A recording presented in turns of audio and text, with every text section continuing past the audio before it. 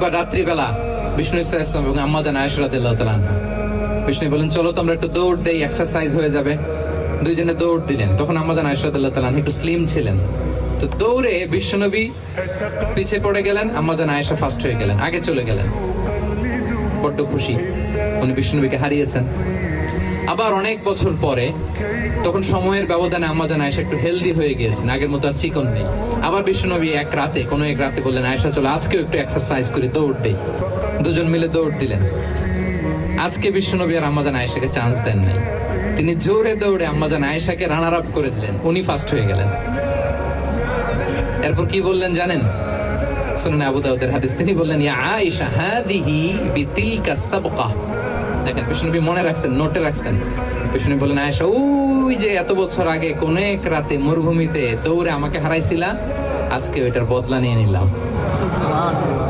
তিলকা সাবকা, ওইটার বিনিময়ে এটা। ওই দিন তুমি জিতছিলা, আজকে তোমার উপর আমি জিতে গেলাম। আল্লাহু আকবার। কি হৃদ্যতা ছিল, কি সম্পর্ক ছিল স্ত্রীর সাথে।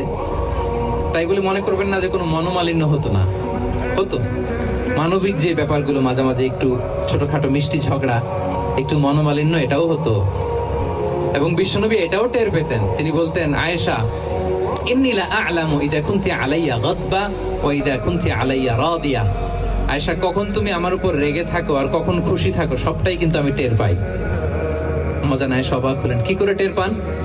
বিষ্ণু বলেন, যখন তুমি আমার উপর খুশি থাকো তখন দোয়ার সময় বলো লা ওয়া রাব্বি মুহাম্মদ, তুমি বলো হে মুহাম্মদের রব আল্লাহ, মদিনার উপর রহম করেন, আমাদেরকে ক্ষমা করেন। হে মুহাম্মদের রব, আমাদের ক্ষমা করেন, এইভাবে দোয়া করো। আর যখন তুমি রেগে থাকো তখন আমার নামটা মুখ দিয়ে নিতে চাও না, তখন তুমি দোয়াতে বলো লা ওয়া রাব্বি ইব্রাহিম, হে ইব্রাহিমের আল্লাহ, হে ইব্রাহিম নবীর খোদা, আমাদের মাফ করো। তখন তুমি আমার নাম নাও না, কৌশলে আমার নামটা বাদ দাও। আমাদের আয়েশা বলেন, ইয়া রাসূলুল্লাহ মা আহজুরু ইল্লা ইসমাক, নবী হে, আমি তো আপনার নামটাই শুধু মুখ থেকে বাদ দেই, আমার হৃদয় থেকে তো কখনো আপনারে বাদ দিতে পারি না।